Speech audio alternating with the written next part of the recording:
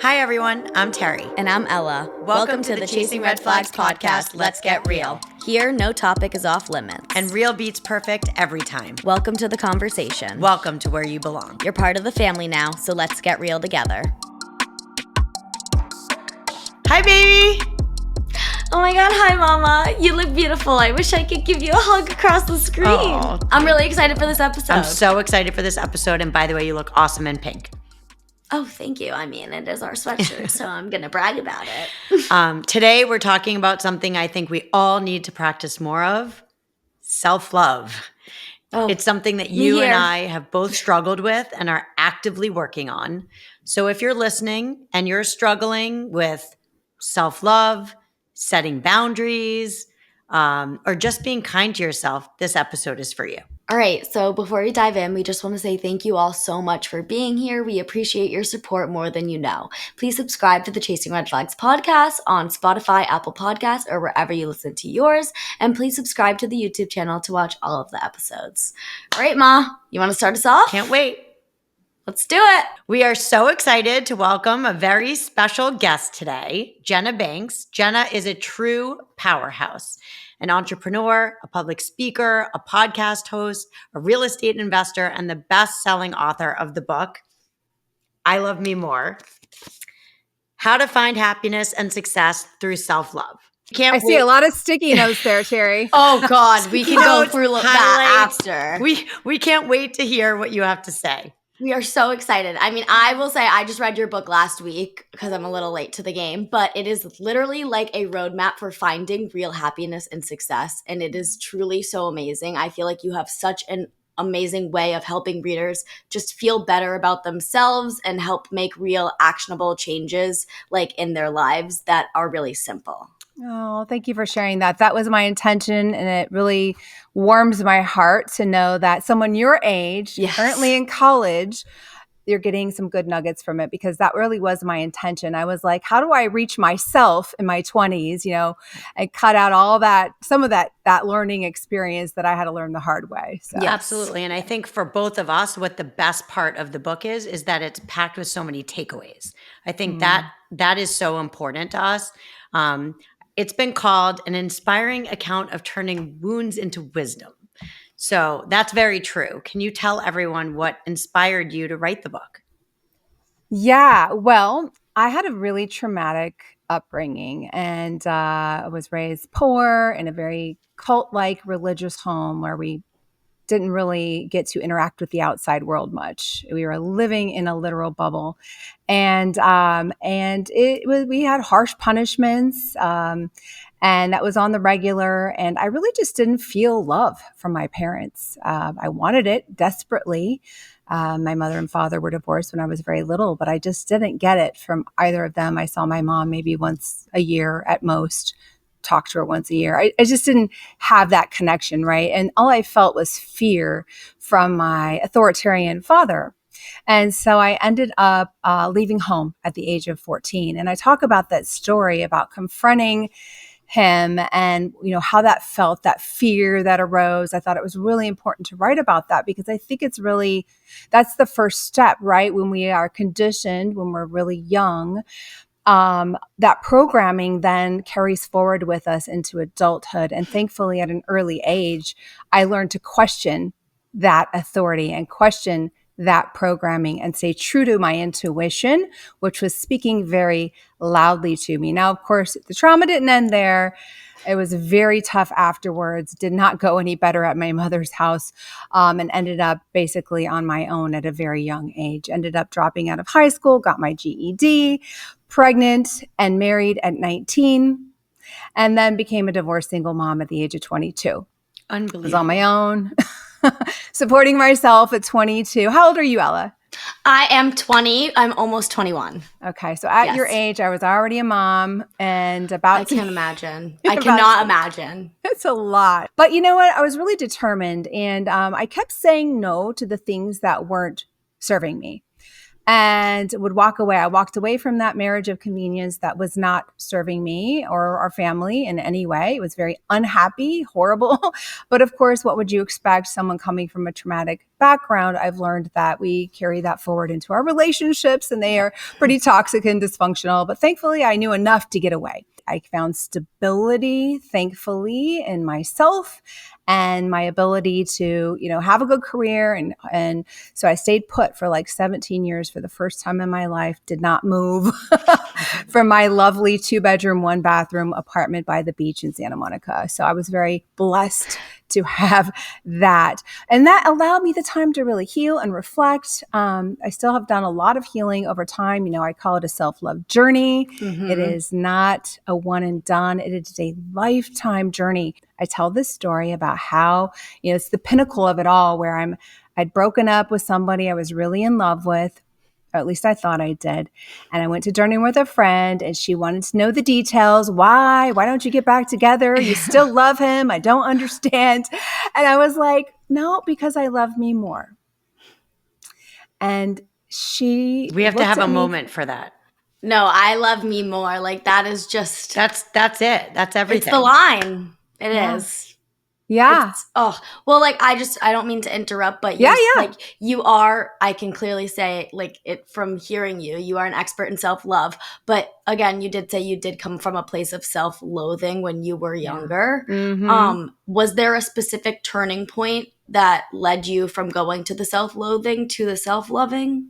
It was miniature turning points that led up to me being able to choose myself and ultimately claim I love me more. Yeah. Because, and without hesitation, that was the key. When I was able to say that to my friend, it didn't even occur to me because I had gone through those series of steps.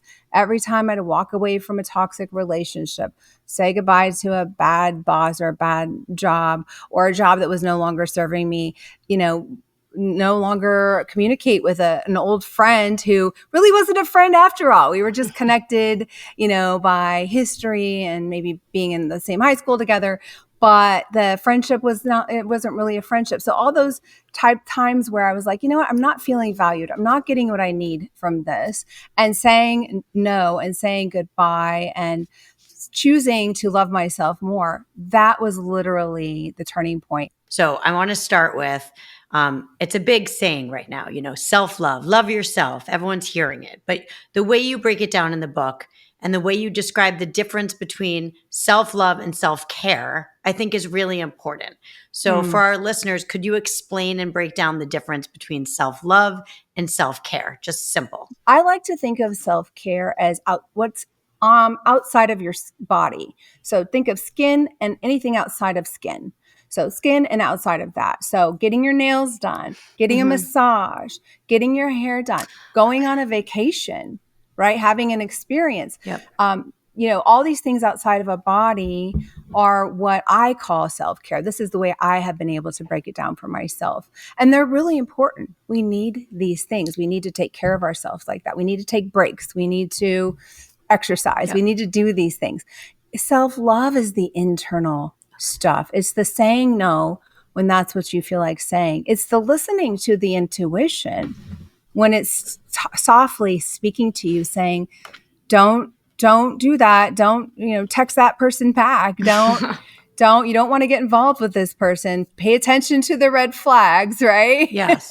I mean, I think that's the struggle for a lot of people right now is the self-love part. The self-care part, Yes. You tend to confuse the two, and you take care of yourself and you think that's loving yourself, but loving yourself. I didn't know there was a difference. Right. Mm-hmm. I thought that by me getting my nails done, I was giving myself self-love, but it really is an internal.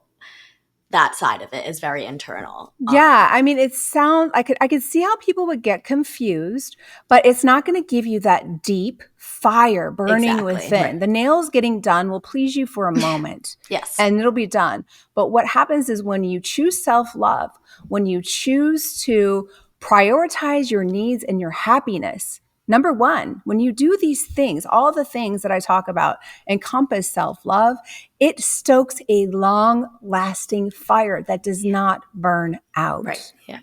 It's a big difference. And that's very important. I know, like, within the self-love, you explain and you talk about how there are a lot of, like, different components to it, like the physical, mental, psychological. Can you kind of explain what those are? I'll do my best. Yes. No, I don't even know it. So that's why I'm asking a little more. Yeah. So the physical is, listening to our bodies when we need to rest and take care of our bodies.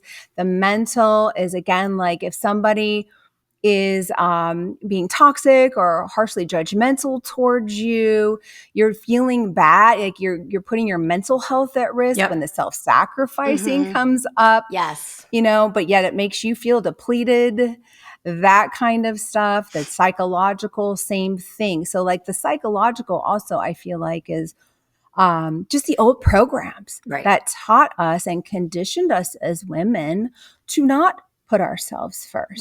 Right. And this, ladies, is why I wrote my book specifically for women. I get comments on social media like, well, why isn't it written for men? It's like, look, it's not that men don't need self-love as well, but we have our own gender programming and conditioning. And I wanted to speak to that because that's what I know that I had to battle to come to a place of self-love. Well, I think there's a huge stigma on that self-love is selfish. Yes. Mm-hmm. And I think that's part of the problem. Yes, 100%. And I think that you use an example in the book, so I just want to say it because I think it's important for our listeners to understand. But it's so simple when you're on an airplane, right? And they say, put your mask on first and then help your child or the person next to you. Yes. That's a perfect example, a very simple example of how that's not selfish, putting your mask on first. You can't help someone else unless you have your mask on first. Exactly. So I thought that was a great example in the book and very clear.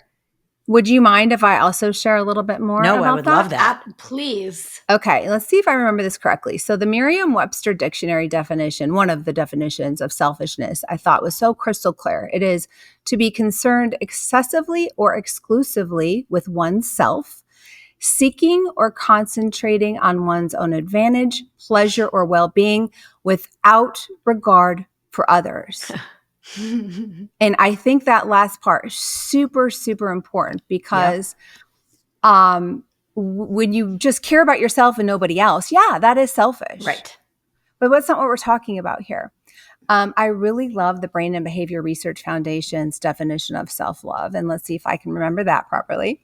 It is to prioritize your happiness and well-being, essentially. It is not sacrificing your well-being to please others. And it is not settling for less than you deserve. Right. All those things. I can tell you Ella's hard to do. Ella's really struggled with in friendships and relationships is kind of the bar gets set so low and then you kind of settle for that instead of saying to yourself, I deserve more than this. I want more for myself. And I think a lot of, any age, but young people kind of get in that pattern. A lot of people, I know many adults who are still settling because that's all they've ever known. That's all they've known, right? Mm-hmm. Yeah. And so what advice would you give someone who struggles with self-love and wants to change their thinking patterns?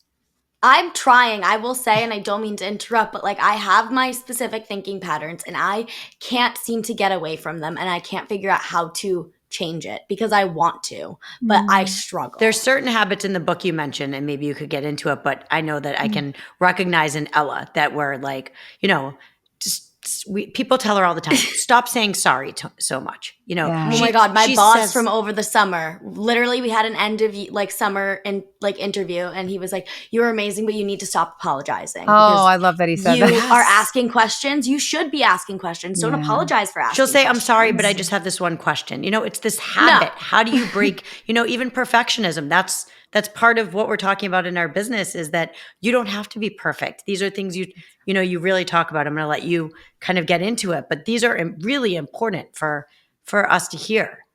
It's baby steps. That's literally it right there, Ella. It's going, okay, you know what? First off, it's forgiving yourself, right? Yes, I talk about that in the book as well. Be self-compassionate. Don't be hard on yourself when you make a mistake. When you're trying to, do differently, it's hard. It is really, really hard. It takes a long time. It might take a year to break that habit. with conscious effort. So you have to be super kind and compassionate with yourself and say, you know what?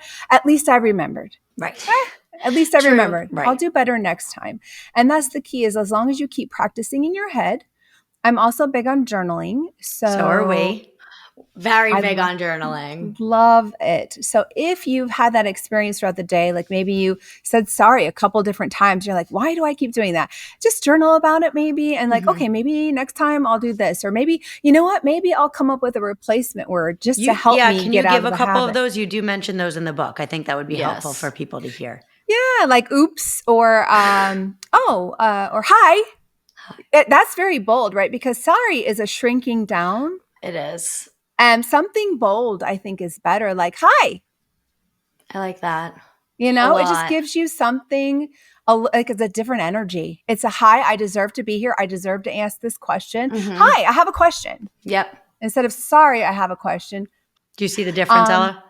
Yeah, I like that a lot. I need to actually do this, Yeah. but I like that a lot. Thank you. It's Sometimes hard. it's very hard.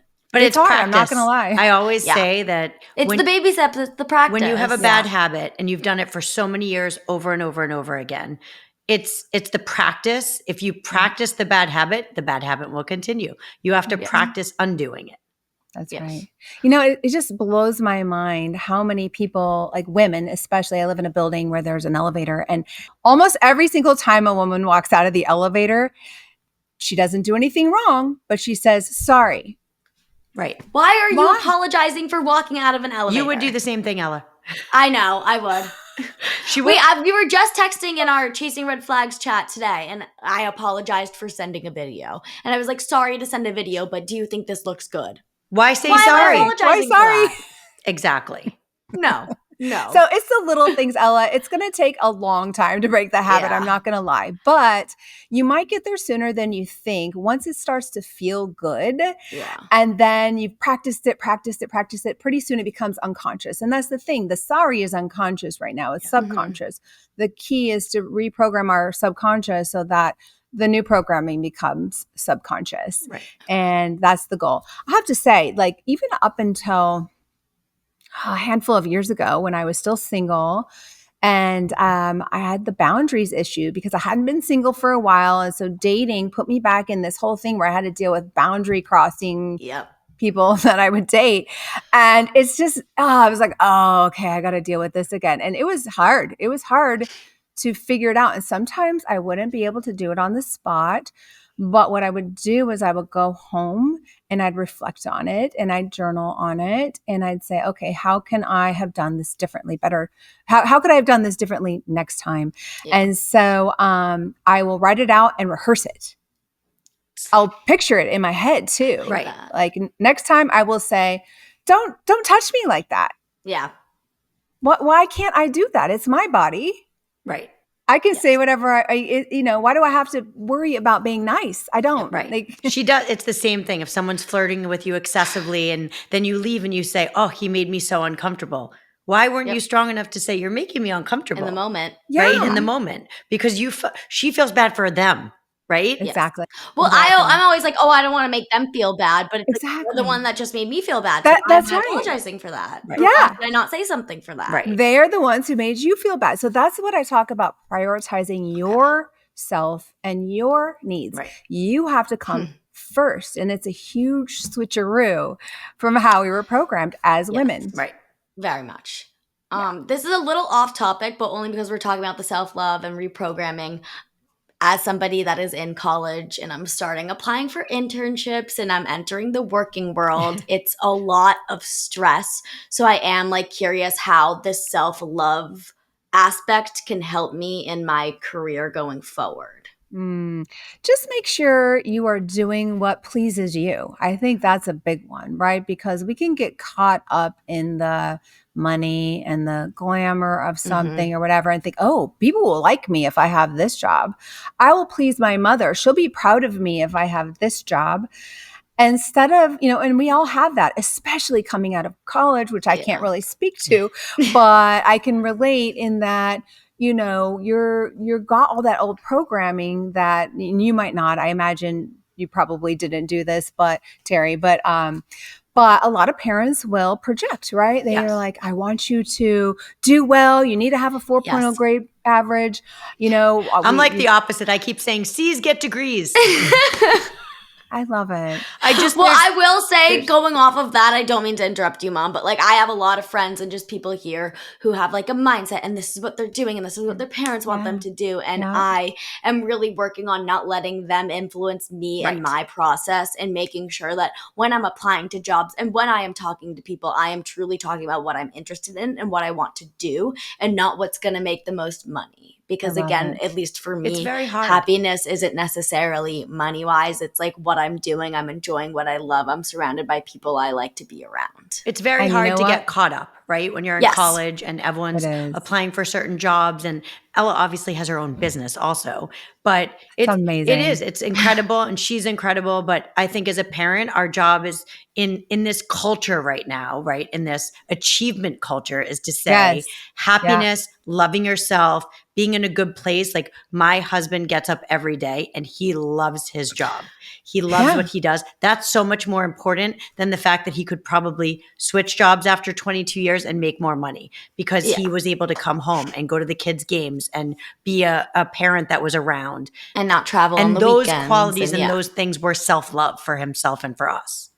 That's amazing. See, and you all benefited from him practicing self-love in that way, because that's what I talk about all the time. And it's not just me. I mean, there are a lot of people out there talking about self-love these days as well.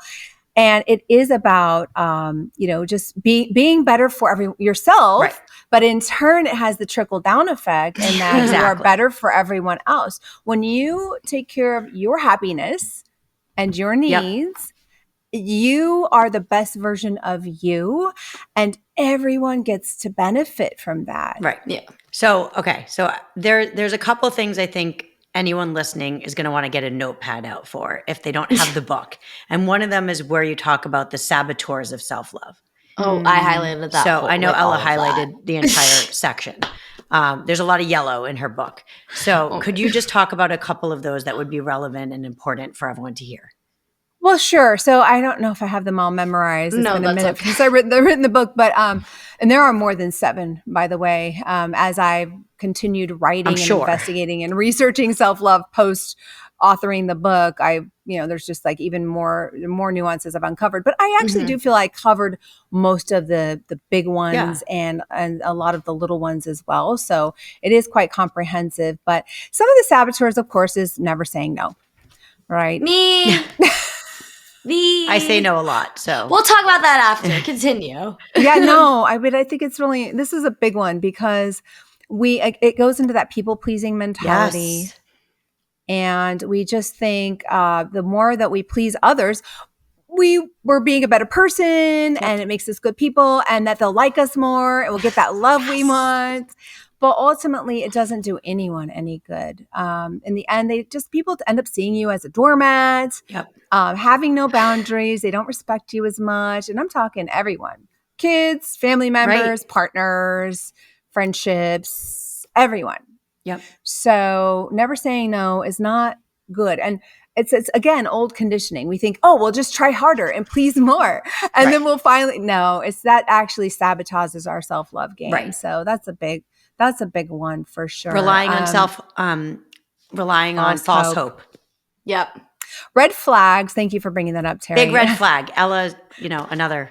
Oh, please. The list goes on.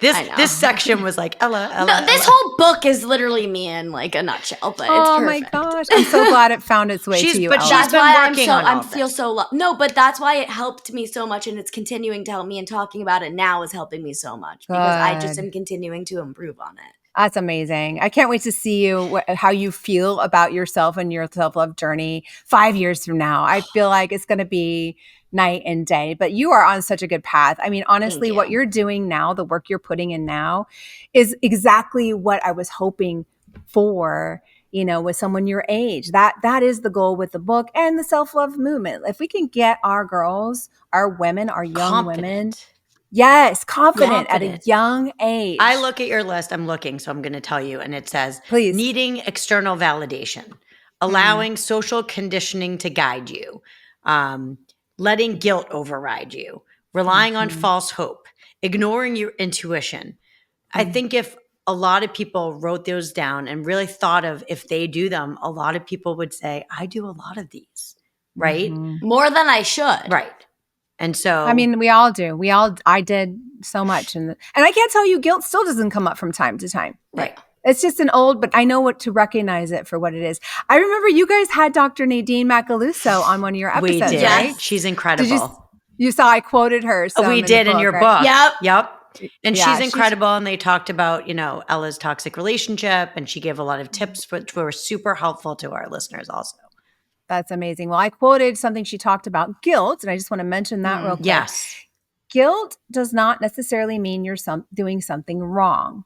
In fact, when women feel guilty, most of the time it's because we're going against a pattern of behavior. That's me. Okay. Isn't that interesting? Wait, can you explain that a little more?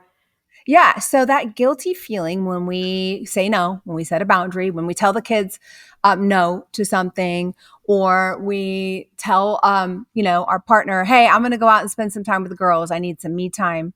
And you feel guilty for leaving the kids and the husband or whatever.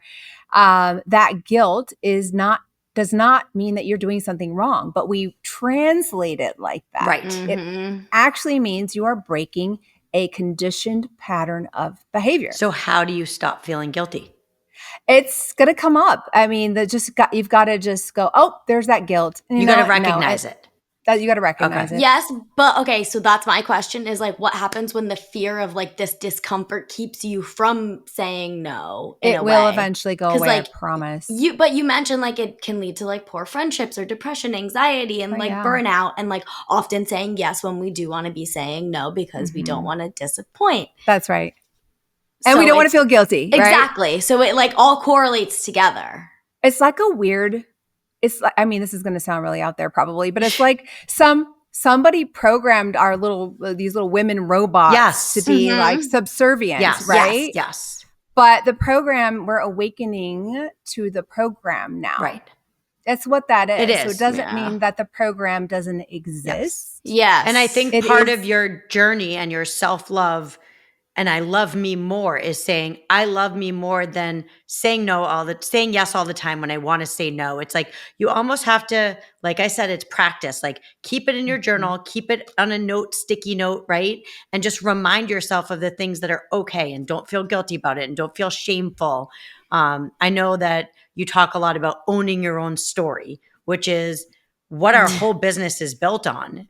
Chasing Red Flags is built on Ella and I talking about our lived experiences and owning our own story. And that's exactly what you've done. And I think that's such a key part of self-love. It's You're powerful. absolutely right. It's so powerful. I'm so glad you ladies are doing this and bringing this message to the world. It was so powerful for me. And my stories, I had shame about having a GED as an education, right? I was in corporate. Right. I was always in leadership from a very young age, since my early 20s when I went into the working world. And, I was typically managing and hiring and firing people who had degrees, right? And sometimes even masters. And so I had, I hid from the fact that I didn't have a degree, but it owned me. I felt a lot of like repression from that and feeling like less than and all the things. But when I started owning that story, like you both talk about, Yep. man, it was a game changer. Then it was like, oh, this is part of my story and I love me. Yes. I love Yep. all of me. And I think that's part of Ella. You can talk about so, that. I mean, I'm sorry, I don't mean to interrupt, but like for me, just trauma dumping here, like I just feel like I've always had to be the perfect friend, the perfect girlfriend, the perfect straight A student. I would literally like sit and tell myself that I'm not smart enough if I didn't do well on like one specific test. Mind you, that I was probably 10% of my grade, so it didn't even matter. Or like I'm not good enough. Like every time my ex would like leave me and break up with me every year just to be with somebody else. So like I just think now like I'm understanding that I was allowing other people to define me and who I was. And so like you're saying, like sharing it and talking about my trauma and telling my story has helped me a little bit reduce the stigma for others. I feel like only because it's made me feel less shameful. Yeah, that's the key. And it will get easier and easier over time. It's still not easy in the beginning, but over time it gets better. What caused me to go down this path of investigating owning your story in the first place was somebody I met who had been molested at a very young age by her stepfather. And she was in miserable, toxic relationships all her life, had kids, the whole thing. And probably, I think she had an alcohol abuse problem. All of this stemmed from the trauma that she dealt with that she never was able to talk about. Because you feel when this happens to young women, shame, and also you feel responsible. They make you feel responsible, and it's not you. And so the minute she decided to start writing about it and blogging about it and putting it out there publicly, it started her healing journey. And now she can talk about it like, she's written about it, books about it, and she helps others on their healing journey too. And now she can talk about it like no big deal. She doesn't get emotional and it's part of her story. She owns it powerfully. And to hear her journey of how she took her power back. That's what Ella's doing. It was. That's exactly what I will say I get comments and things saying you shouldn't be sharing this, or this is my lived experience. I am saying this for my reason. I'm doing this to help me heal, and this is what I have gone through, so nobody can tell me otherwise. And because of all of that, she's helping so many others.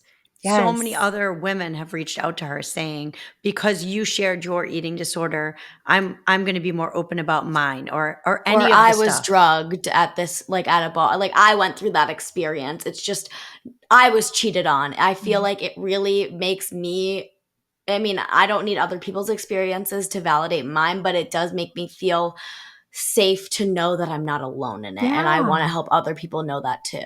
Right. Same. Can I just tell you, it was hard to write my book. I get into my most shameful stories, the stuff I hid from that friends of mine, good long-term friends didn't know. Because why? Why share it? But when I'm writing the book, I realized I have to share these stories with the world, because how is anyone else who might have experienced the same thing or something similar going to relate? How are they going to break through the barrier from the lack of self-worth and the depression and the exhaustion and the anxiety of like just putting everyone else first, the burnout? How are you going to break through that if you can't go, oh, well, she was here before too. And she got out of it. If she can do it, I can do it. And that means you have to share your story. And in doing so, it was just so freeing, beautiful and relieving and freeing for me. And so it's like, gosh, now I'm like, it's like if only everyone could do that. That's what we're trying to do here. And as a mom, it's incredibly helpful for other moms to hear that Ella, who seemingly had this perfect existence on the outside, was struggling, and I'm so open and sharing that, then other moms are reaching out to me saying, my daughter's struggling right now. Can you give me some advice? Can we talk about this? And feeling like when they're surrounded by everyone that's happy. And I think that was Ella's, hardest thing, is that she didn't want to bring anyone down. Right. So she kept it all inside. She was like, everyone around me is so happy and they like happy Ella, and as a mom, I find that, my kid's great. My kids are doing great at school, and Ella was suffering and not happy, and so you tend to kind of not want to share if the people around you are so happy. And that is part of the struggle. It's so true. And, real quick, Teri, you hit on being a mom. I also write about my journey with my son. Right. And you just mentioned something really important, which is wrapping your identity up in your children. Yep. Yes. I write about that because I think it was really important to share that part of my journey, because whether it's I had so much of my identity wrapped up in my child that when he made some poor life decision or what I thought were not great life decisions, it was like it was happening to me. Right. Yes. And that's a real struggle as parents. Yeah, it is. And I think it's really important that we learn how to not wrap our identity up in our children Right. because they're their own people. And that's when we get into the whole pressuring the children to do something, Right. you know, have a certain career or Right. make a certain amount of money or get married to a certain type of person at a certain age, have kids at a certain age. Like all those things are us wrapping our identity up in our children versus letting them be who they were meant to be in this world. Absolutely. And I think you sharing all of that in your book was absolutely incredible. I also do think something that you shared, which for me was very valuable, was you talk about the power container. And Mm, I Mhm. have heard the expression probably 1,000 times, you can't pour from an empty cup, right? I used yes. to wake up in the morning when my children were young, and I used to work out at 5 o'clock in the morning because I knew if I got my workout in, then whatever the day brought at me, I felt like I got me in first, which was super Yeah. important to me. But you talk about the power container and the way you describe it, if you could explain it, is so impactful for our listeners. I'm so glad you brought that up. I find it so very helpful. In fact, I have a bookmark. Did you guys get a bookmark with your We book? did not, and I would like Wait, one. no, It's because you ordered it please? on Amazon. It was, and it took like a million weeks. well, because it kept selling out. Your which book is selling the- out Yay! everywhere. That's such a good thing. I ordered them It's a for good thing. couple friends. It's it's Aw. hard to come by the way. Thank Yes. you so much. But the ones I ship on TikTok Shop and maybe soon Amazon as well is have this bookmark in them. So, Okay. and I also give these out during my keynotes Yep. for the self-love keynote. So it has a little power container, looks like a battery essentially. And what it is, the joy list is about filling up your power container. So think of it like this. We're either operating on powerful or powerless. Okay. Think about that. Isn't that interesting? Yes. Powerful or Power. powerless. And so what makes us powerful? It is, what charges us up. What, we need to charge ourselves up like a battery, like a cell phone, right? You plug in your cell phone every day. We need to be charging ourselves up. So what charges us up is doing the things that make us happy, that light us up, right? And it should be simple, easy stuff because that's the stuff you can do on the regular, right? Like for me, it's listening to music. In fact, there's neuroscience around this that music. listening to music releases endorphins and things like that. Ella's a big music girl. On my way to class every single day, and I mean, I either call you mom or if I'm not, I'm always listening to music. It does really make me feel a lot better. So see, that's another thing though, calling mom, like Yeah. calling the friend who makes you feel better, like the things that charge you up. I love reading spiritual books or self-help, personal development That's me. books. Yep. So it lights me up. There's Deepak Chopra's 7 Spiritual Laws of Good Success. book. It lights me up every time I read it. And I always learn some new nugget every You time can I read it over and over and over. and over. I have 40, 50, 60 times for me at least. So that always just charges me up. So it's those little things. For some people, it's playing with your pets. Yep. It's for me, it's going for a walk on a sunny day. I get the vitamin D from the sun, get the movement going. It releases the endorphins. So if you do, so I put it as the joy list. I call it the joy list in the book, and it is on the bookmark as well. If you try to do at least one thing from your joy list every single day, you are charging yourself up like a cell phone. I like Oh, that. I love that. That's Okay. really cool. Yep. So you just write it down, keep the list, and whether it's on a sticky note or whatever, anyone listening now, if you don't have the book or don't get a bookmark, just write it on a sticky note. Say, this is my joy list. And just a couple words or less, like music, Yep. dancing, whatever it is, just make your little sticky note, stick it on the side of your computer or wherever you're going to see it every day to remind you. Just do one thing from your list and it will charge up your power That's container. the to-do list, Ella. Charge up your power container. Well, okay. I mean, this is a little off topic, but only to do with the to-do list. I have been doing sticky notes and that's been helpful, but I think I need like a notebook where I write every single thing down. I'm able to like cross it off on my Yes. list. So Oh, I see it love like that. I do so that. I give you the credit, Mom. You have made me do that. You just got me like this blue notebook. And so now every time like I have my sticky notes, but I also write it in my own notebook. So I'm able to literally draw an X across the entire thing feels once I'm good. done with it. It feels Yes. great. It feels good Yeah. to feel like you're taking Yes. care of yourself. You're Absolutely. accomplishing things and you can see the list. You can turn back after you've gone through 16 pages Yeah, and be I'm like, never getting look rid what of- I've done. You don't throw them out. The key is to look at it, though. Yes. Yep. Sometimes I get out of the habit sometimes of looking at my sticky notes, but literally I've got crosses off of I cross them off, I'm like, yes, I can't wait to throw this one away when it's done. Yep. Right. Exactly. Yeah. You got to get out of your bubble. Yeah. Yes. Goals are 100%. great. That's another thing that charges me up. It's setting goals and accomplishing them. Yep. And that is self-love as well. I talk about that a little bit in the book as well, in the career section, the business of self-love, just investing in yourself as well. So set your goals, accomplish them, but also keep investing back into you. You know, when you have a small business, you'll invest in your business, no problem. But a lot of us won't invest into ourselves. And whether that's getting a coach, right? Or some relationship coaching or some therapy, take the online course, start the hobby that you've always wanted to do, but just kept putting it off and kept putting it off. Yep. That's putting you off.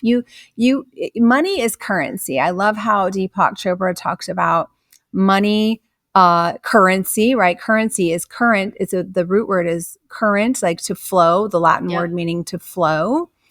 And that's what energy should be, or money should be. It is currency. Keep it moving in your life. Keep it circulating. That's all it is. We've got this value system that values money above happiness and fulfillment and all these other things. It's just reprioritizing what money is and recalibrating your value system to be like, well, I've got the money. I'm going to invest it back into me. And it feels good. And that's where spending is spending on you to make you feel good. That's not, and I'm not talking Gucci and Prada here. I'm talking investing in yourself. Can I just say I probably need I need a bunch of sticky notes like all over my room everywhere with like quotes from your book, because everything you've been saying, like, it is really hard to actually apply as somebody who's going through it right now. And everything you're saying, I want to be doing, but I'm struggling to actually follow through with. So at the very final chapter of the book, I talk about the inner warrior goddess. And I didn't know how that would land with people, but it's been like some people are really loving it so much because it really just kind of gives them this reframe. Like, okay, maybe I'm not strong enough in my mind to be this way, right? To set my boundaries really clearly, to like walk away when that's what I feel like doing. But my inner warrior goddess is. And so I'm going to call on her for strength. I'm picturing her and this is what she is. And then it's almost like you just visualize this inner warrior goddess version of yourself. And what would she do? And it kind of, if you don't feel like you have the strength, you can rely on her strength. And so what we've done, so I have an amazing friend who is now my writing partner, and we have written out a book series. We haven't written the whole thing, but we just finished the first manuscript based on the inner warrior goddess, geared towards middle grade girls. Oh, wow. To teach them some of these same concepts, but at an earlier age. That's what needs to happen. It needs to be taught in school. Emphasizing. Ella it and needs I to are be talking, taught at like third grade, fourth grade, fifth grade, like right from the beginning. We're talking about being the prevention before the crisis. And that's what Chasing Red Flags is. It's becoming aware of all of these things younger, talking about them, being open about them, not being ashamed of your story and what you're going through in your family, not hiding things, learning about empathy. All those things will make you a better human as you get older. Yes, I love it so much. So I'm so glad to hear you say that. You see the need there. I see the need. My writing partners and I see the need. And so we are working on it. We hope to have this out in the world next year. That's great. If we can do anything about it. And it's like one book of 9. So it's a series of 9 and we dive deep into each area, but it's under the guise of fantasy fiction. So it's fun. These are interesting stories that you don't realize you're learning something really valuable, but you are. And so we're hoping to get it across that way. So with any kind of good luck and universal guidance, it'll happen sooner rather than later. But so that's the goal. But you wanted to talk about something else, Teri. Yes. Okay. So I was going to ask, can you tell us a little bit about like the social conditioning and like how it does contribute to the nice girl syndrome? Yes. A little bit. I'm so glad you asked this question. I relate to it. Yeah. I mean, we all do. We all do. And I'm telling you, even to I don't this know if day, anyone would call me nice girl. Okay, maybe not you, Mom, but at least me. So okay, so I have a question for you, Yes. Teri. Yep. So I want to know how you, did you, let me first explain what nice girl syndrome is, Yep. and then I want to know how you were able to get over it. So nice girl syndrome is what we talked about earlier, which is where you worry first about not hurting someone's feelings, Yep. right? Or you worry first about, well, I'm supposed to be nice, right? You put the smile on, and inside you're dying. Yep. Someone could be saying something really offensive to you, or putting you down in a, slighting kind of way is like a little bit more subtle, or just being like making you uncomfortable. And you don't even have to know why. Yeah. You're just not feeling comfortable. We are conditioned with this nice girl training to keep that smile on and nod and be agreeable. Meanwhile, inside we're dying. And then afterwards, we kind of leave that situation and we have just abandoned ourselves. Yep. And it's not like we walk away and go, why did I do that? We don't even question it. No. We just get used to abandoning ourselves. Right. So nice girl syndrome is basically being nice to the point where we abandon ourselves. But that is a normal way of life for most of us women. Yes. So it brings me back to you, Teri, is how did you break that? Were you ever conscious of it? Did you get better programming than I did at an That's a early good age? question. Me too, Mom. It is a great question. And I think what happened was when I was younger, I had some, complicated friendship breakups at a younger age. And I was a very strong-willed young lady. Not my some of my flaws are, I'm very strong, but over time, I think I realized that I've always said what's on my mind. I've had this truth thing in my head. Someone lied to me at a very young age, and it is that one turning point. You always say you have a turning point, and I was like, I can't deal with a liar, and so I'm going to be truthful, and I'm only going to surround myself with people who tell me the truth, good or bad. I love And that. if they have a problem with me, then it's their job to tell me, and then I can either say, I'm sorry, I did not mean that was not my intent, or I intentionally did mean that, and we can talk it out. But I always say you can't read someone's mind. You have no idea if they're upset with you or angry with you. I've just been a very strong-willed person in the sense that I don't surround myself much with people that I don't like. And I don't have that fakeness in me. And that's I'm sorry, but that's hard because sometimes the people you love are the ones that are doing it to you. Mm-hmm. right. Exactly. So how do you break free from those people? Because I struggled to do that. I was cheated on 3 times and I never broke through that. So I don't understand how I'm supposed to do that. Well, and also, Terry, I'm curious to know, did your parents allow it? They must have, because a lot of us are programmed by our parents to be nice, right? In fact, that's where it comes from is, let me give you a little context here. There's a wonderful psychologist on Instagram. She goes by the holistic psychologist. Mm-hmm. Have you heard of her? She's amazing. Nicole LaPera, I believe it's her name. Okay. And her videos are so incredibly eye-opening as to how these things happen. But she had this video of her and her girlfriend. She's got a partner, and they were reenacting how this nice girl syndrome gets passed on by our mothers, because the moms think they're doing their daughters a favor by showing them how to fit into the social constructs. I don't know what right? happened to you then, Ella, because I wasn't built that I know. way. That's what, I know. Well, I'm nodding for you. I'm not nodding for me. Maybe because I was so opposite. And Ella, I will say, Ella finds me at times a little too much. Yes. I always say to her, I do say to as much as I love her, yes, it's a lot at times. Hey, it's honest. I It's say honest. to my family all the time, stop dimming my light, right? I swear a little bit. I'm not always appropriate. I have no filter. I think I've always just been this very strong-willed, tell it like it is, no bullshit mom. And I think maybe because that might have been too much for her, she went in the opposite direction. It's subconscious though, because I've never thought about it that way. But now that you're bringing it up, I actually think that might be a part of it. Well, Terry, it's not all on you as well. We are Of course conditioned not. we are conditioned by our peers, Yes. right? In fact, we learn a lot from our peers at school. Yes. Probably who I was surrounded by in high school. Ella as was well, surrounded by I'm not gonna lie. people who were not always the best people to her, and she was always striving to go after them and make sure Make they them were happy pleased and they were before okay, myself. and never Yes. putting Yeah. herself first. And that just became a pattern. Yeah, and no amount of parenting can change the social environment like no. that. That she has to figure out how to adapt the best she knows how, and we all do, Yes. right? So yeah, so that's where that comes from. Is where either our parents. So back to the holistic psychologist. Yes. So this reenactment she did with her partner, where she's like, the little girl, she's playing the little girl. She's pretending to be a little girl. The partner is, and she goes, "But mom, I don't want to hug Uncle Billy." Yep. And at a party, and mom's like, "Don't be rude." Yep. What did I say to you, Ella? We literally talked about this on a previous episode. I love my papa, my grandpa, mom's dad so much. But when I was younger, sometimes he would be like, oh, kiss me on the cheek, kiss me on the cheek, kiss me on the cheek. And at that age, I just wasn't comfortable doing that.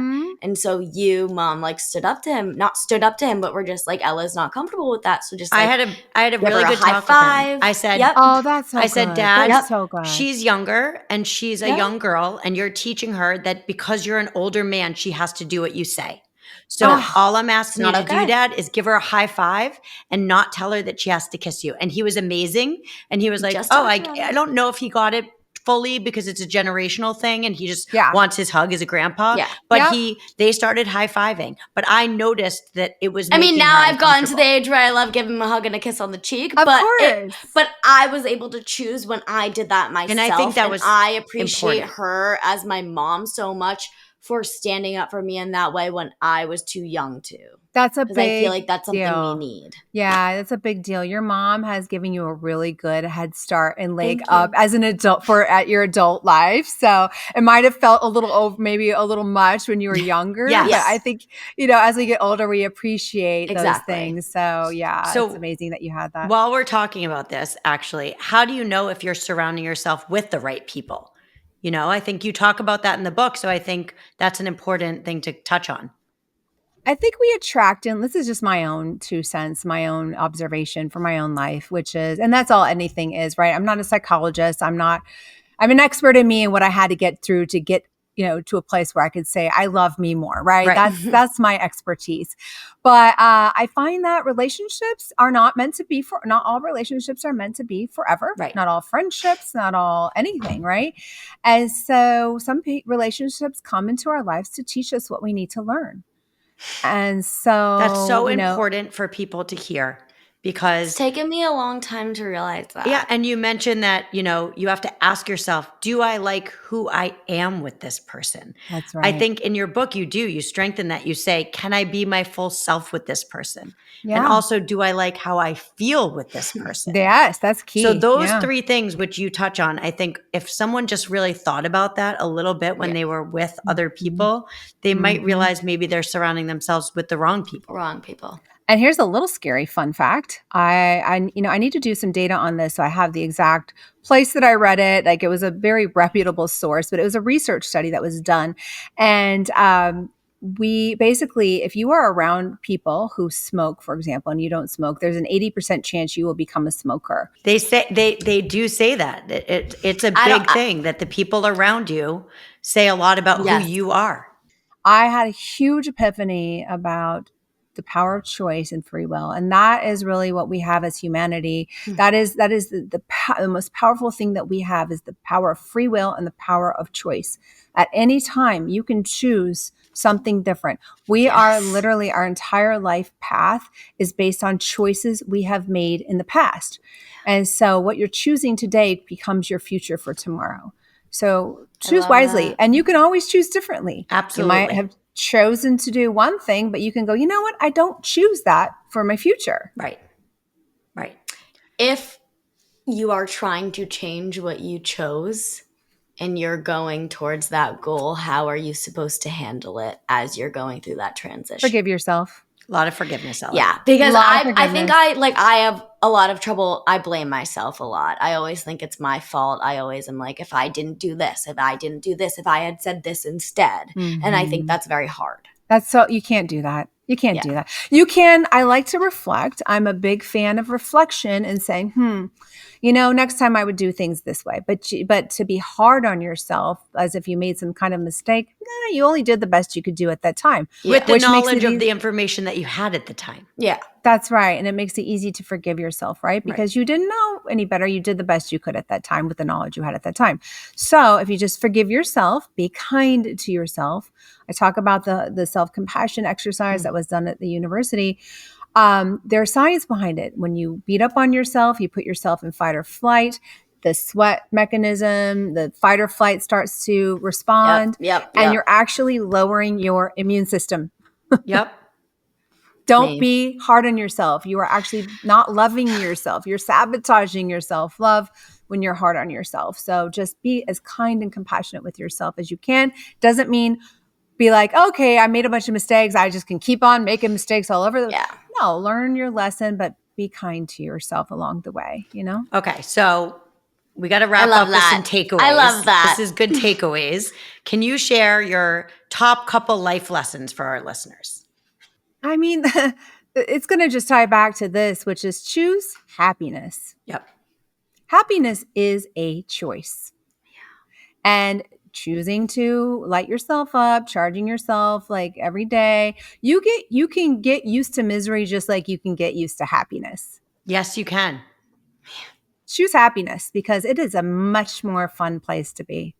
I get to live my life like every day is amazing. And like if I died tomorrow, I would be like I'll die happy. Yeah. Like I made every day count. But that's what everyone should feel. And I think that's how everyone should feel. Yes. And I think stop looking for external validation to make you happy.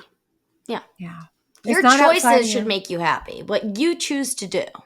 Yes, exactly. It is nothing outside of you is going to make you happy.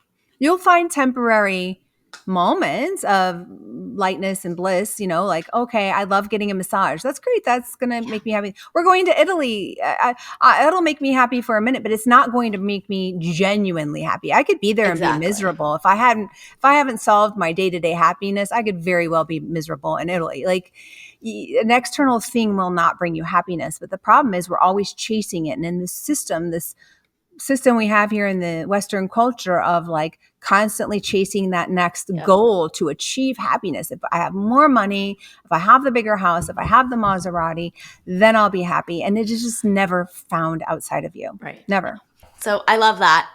Lastly, I will say, as somebody who is signed up, you send out these wonderful weekly love notes to help remind people how lovable they are. And I will say, as somebody who doesn't even read emails that much, like it just really is so validating and it makes me just feel so special about myself. So can you just tell listeners how they can sign up to receive those if they want to? First off, I'm so glad to hear that you're getting them. Thank you for signing up. And I'm happy to hear that you're finding inspiration from them. Yeah, anyone can sign up. It's free. I send them out each week. I write them myself. It's ilovemenotes.com is where you can sign up. So ilovemenotes.com. And basically, I used to write them longer. They were a little bit more like love letters, but now I try to keep them more bite-sized because, they're just meant to be that reminder to keep you on your self-love journey. Right. And it's like, I was like, should I send them daily? I tried them daily. Then I was like, should I do monthly? Weekly seems to be that sweet point that where you go, once a week, it's perfect. Yeah, I can scan it in 1 minute. It just reminds me, oh yeah, my needs are a priority. My happiness is a priority. Yes, I can set boundaries. Here's a little reminder of how to do it. Oh, I do need to connect with myself. Thanks for the journaling reminder, just stuff like that. Right. So it's really just meant as a little reminder to keep you on your self-love journey and help you to continue the path of loving yourself more. Love it. Well, thank you so much for this amazing conversation and for sharing the steps for all of us to love ourselves more. For everyone listening, please don't walk, run to get I Love Me More. You can find it, if you can, on Amazon, Target, Barnes & Noble. TikTok shop. TikTok shop, because you'll get then you'll get the bookmark like we did. You will definitely get the bookmark. Yes. Thank you so much for being here. Oh, you know what? Can I just thank you for all that you both are doing? Just sharing your gifts with the world like this, your lessons learned, putting your stories out there. My heart is so full just having this conversation with you. We need more people doing this. And so I just want to appreciate you for all that you're doing to help inspire others. So thank you. Thank you. Thank you. Thank you. We appreciate you. Thank you. Thank you so much. That was today's episode. And remember, the most important relationship is the one that you have with yourself. We hope that you're leaving this episode feeling seen, understood, and loving yourself a little bit more. And we hope everyone listening knows that no matter who they are, they have a friend in us. We'll be back next week with another episode. And in the meantime, keep being real, keep being you, and know that we've got your back. If you have any thoughts, questions, or just want to say hi, we would love to hear from you. Your support means everything to us. You can find us on Instagram and TikTok at Chasing Red Flags Official and on Facebook and YouTube at Chasing Red Flags. And if you want to share your story, ask a question, or pick up some Chasing Red Flags merch, go to chasingredflags.com. The Chasing Red Flags podcast is produced by Jay Del Turco. We are new in this space, so if you enjoyed what you're hearing, please subscribe, rate, and leave a review on Spotify or Apple Podcasts, or add a comment and like on our YouTube channel.